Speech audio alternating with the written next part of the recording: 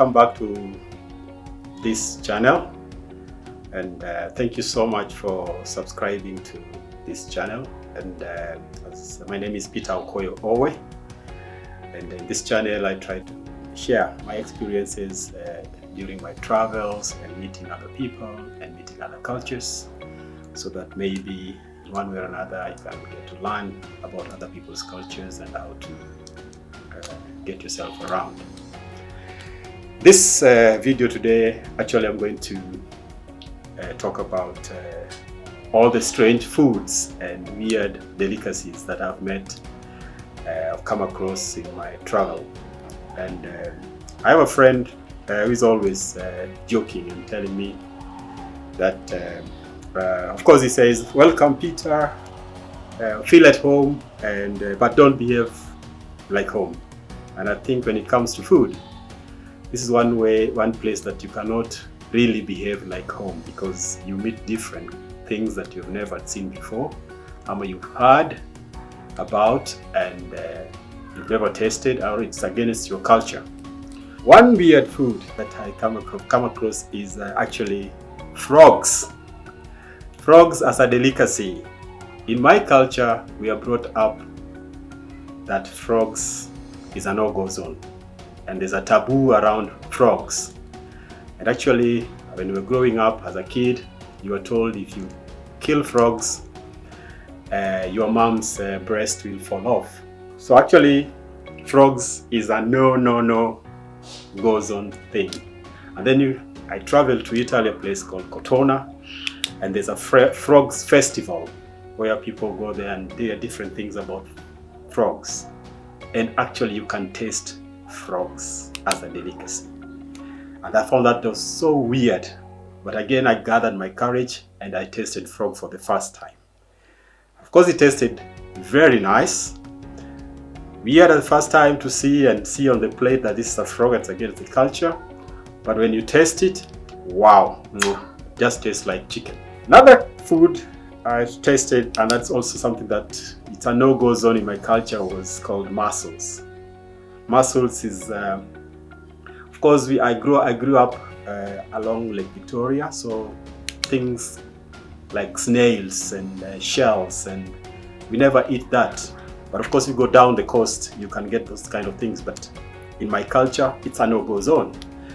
And then I made a mistake. I went to a restaurant with a friend of mine, and of course you don't know what to order, and you say the same as my friend ordered. And what was brought on the plate was mussels, and I'd seen it for the first time, and I'd never seen it before, and wow, when I tasted it, was actually really, really good.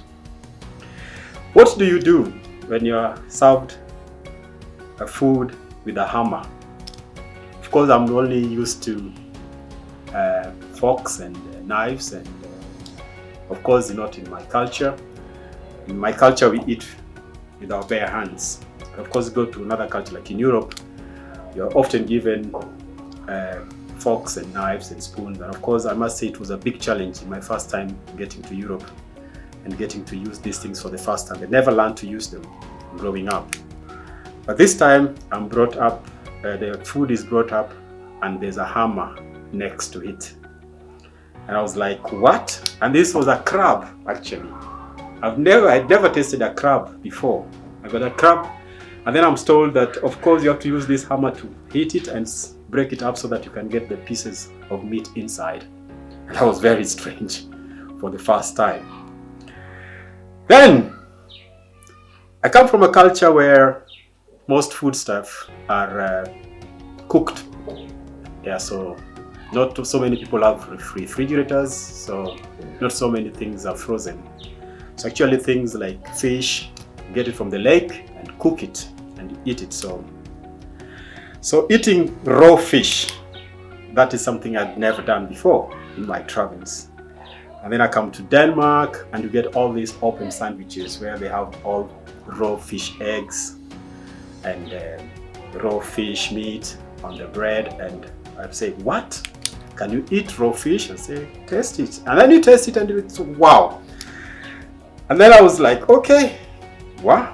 And of course, there's a lot of myths about eating raw food that are more nutritious. And then I came to like it as time goes by. But in the beginning, it was very weird to really taste raw fish. And of course, later on, I was introduced to Japanese sushi. And there, of course, you get all raw kind of fish in Japanese sushi. And of course, the fish eggs, something like we never eat raw in my culture. And then you get to taste it, and actually it was really tasting very good. And then I traveled to Faroe Islands. And the Faroe Islands actually, it's a fisherman community, and they have a big culture. Actually, they have a festival, a kind of festival, a tradition of going just out there and killing whales in masses. And after that, of course, you get plenty of whale meat to eat. And there's the fat that comes from the whale that's called blubber. And actually, you can eat it raw. And I was like, what? A whole white fat from the whale, and you eat it raw? I'm like, wow. But again, when you put it in different sauces, it was really something that I really enjoyed. Strange, but I really enjoyed. In my culture, we eat the head of a sheep. And of course, we prepare it in a different way. But it was very strange for me to get to Norway and actually get to know that they're doing the same, that they're eating the fish of a head, the sheep head.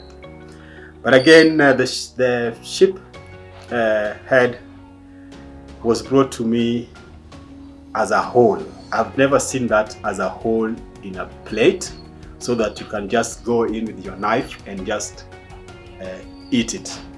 Another found was very, very strange to get a whole sheep head on your plate. Of course, there are some other food stuff that we eat in our culture that we serve the head of a chicken, and that you get also on your plate, but not a whole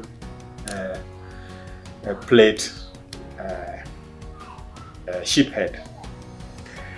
And last but not least, in my culture we have very, very big taboos around snakes.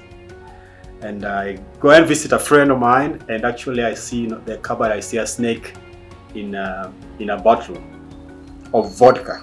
And I was like, what? And I say, okay, we just came. They say, okay, we just came from China, and we bought this vodka from China, and actually it's Cobra vodka. I was like, Cobra vodka? Do you take vodka, Cobra in vodka? And they say, yes, they do that in China. And this is something I didn't dare. Please don't forget to subscribe to this channel and hit the notification bell and give this video a thumbs up, and don't forget to share this video. Thank you very much.